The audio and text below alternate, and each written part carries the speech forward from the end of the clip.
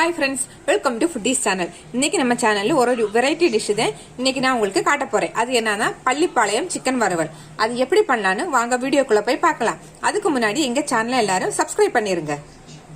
இன்னைக்கு நான் மஞ்சட்டியில செய்ய போறேன். இதுக்கு நல்லெண்ணெய் ஊற்றலாம். ஃபர்ஸ்ட் நல்லெண்ணெய் தான் நல்லா டேஸ்ட் கொடுக்கும் இந்த சிக்கனுக்கு. நல்லெண்ணெய் காஞ்சது நம்ம இதில் கொஞ்சோண்டு சோம்பு போட்டுக்கலாம்.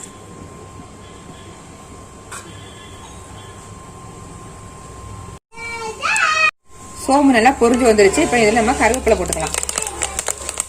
சின்ன வெங்காயம் போட்டுக்கலாம். சின்ன வெங்காயம் ஒரு 1/4 கிலோ, பெரிய வெங்காயம் ஒரு 1/4 கிலோ இன்னைக்கு எடுத்துருக்கேன். இது ரெண்டையும் நம்ம கலந்து சேர்த்துக்கலாம். இது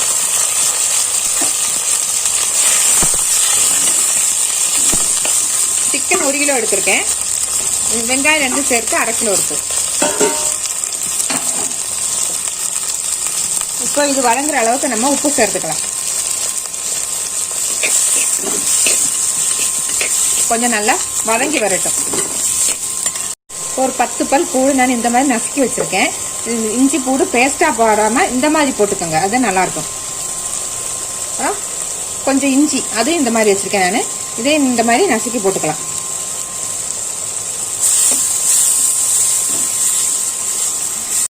இந்த சிக்கனுக்கு நம்ம சேர்க்க போறது பட்டை வத்தை இப்படி 2 கிள்ளி நம்ம சேர்த்துக்கலாம். இதே இந்த சிக்கனுக்கு உரப்ப கொடுக்கக்கூடியது. வேற எந்த மசாலாவும் நம்ம இதுல போடல, வெறும் மஞ்சத்தூள் மட்டும்தான் வேற போடுறது. இதையும் போட்டு நல்லா நம்ம மிக்ஸ் பண்ணி விட்டுடலாம். காரத்துக்கு தகுந்த மாதிரி பட்டை வத்தா எடுத்துக்கோங்க.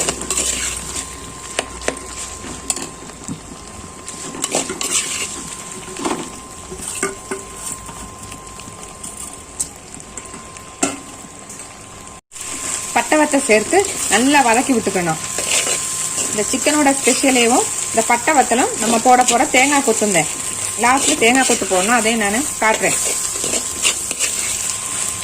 இதுல இருக்கிற காரம் தான் இறங்கி நம்மளுக்கு சிக்கனுக்கு தேவையான அளவுக்கு உரப்பு கொடுக்கறது. இது நல்லா வதங்கிட்டு நம்ம இதுல தக்காளி சேர்த்துக்கலாம். தக்காளி ஆப்ஷனல் தான், நம்மளுக்கு ஒரு தக்காளி சேர்த்துக்கோங்க, ரொம்ப தேவையில்லை.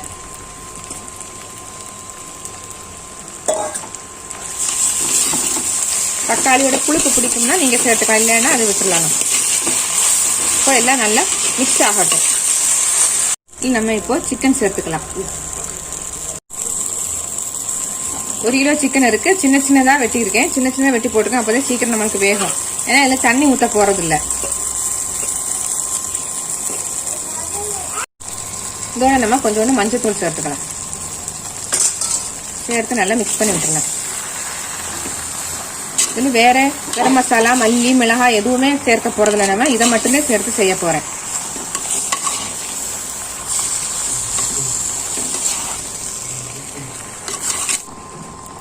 இதுக்கு தேவையான உப்பையும் போட்டு நல்லா இந்த மாதிரி நம்ம கிண்டி விட்டுட்டு தண்ணி ஊற்றக்கூடாது. தண்ணி ஊற்றாம அடுப்பு சிம்மில் வச்சுட்டு மூடி வச்சுக்கலாம்.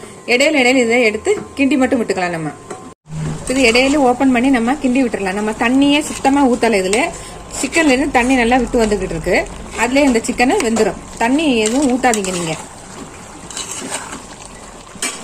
பாதி அளவுக்கு வெந்துருச்சு. இப்போ நம்ம இந்த 1 கப் தேங்காய் இதுல சேர்த்துக்கலாம். தேங்காய் நல்லா சின்ன பீஸா கட் பண்ணி வச்சிருக்கேன் நான். இதை நம்ம இப்போ இதுல சேர்த்துக்கலாம். தேங்காய் எடுக்கும்போது நல்லா முத்தின காயா பார்த்து எடுத்துருங்க, அப்பதான் டேஸ்ட் நல்லா இருக்கும்.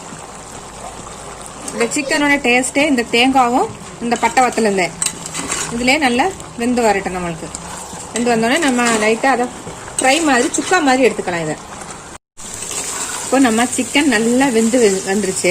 இந்த நம்ம போட்ட பட்டை மிளகாய் எல்லாம் நல்லா வெந்துருச்சு. இதோட மிக்ஸ் ஆயிடுச்சு. நம்மளுக்கு நல்லா வெந்து எண்ணெயெல்லாம் நல்லா தெளிஞ்சு வந்துருச்சு பாருங்க. லைட்டா நம்ம கருவேப்பிலை மட்டும் சேர்த்துக்கலாம். கருவேப்பிலை மட்டும் சேர்த்து நம்ம இறக்கிக்கலாம். இந்த சிக்கனோட வெறும் ரசம் மட்டும் வச்சு இந்த சிக்கனை வச்சு சாப்பிடுங்க. நல்லா காரசாரமா இருக்கும். வேற எந்த பொடியும் இதுல சேர்க்காதீங்க. சேர்த்தேன்னா அந்த டிஷ்ஷோட டேஸ்டே போயிடும். இதை நான் சேர்த்த அளவுக்கு மட்டும் எல்லாமே நீங்க சேர்த்து செஞ்சு பாருங்க. செஞ்சு பார்த்துட்டு எப்படி இருக்குன்னு எங்களுக்கு சொல்லுங்க. இன்னொரு புது டிஷ்ஷோட நாளைக்கு பார்க்கலாம்.